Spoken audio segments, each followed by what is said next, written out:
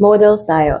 You blank wear a helmet when riding a motorcycle. Shall, can, should, or must. Ibig sabihin ng sentence na to, kailangan mong magsuot ng helmet kapag sumasakay ng motor.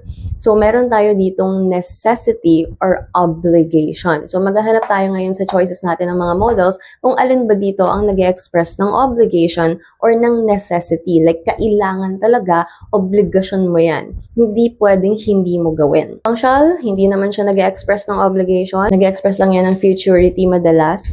Ito namang can, ability naman yan, o kaya casual permission. Itong should, medyo getting there, pero nag-a-advise lang kasi yan kung anong dapat mong gawin.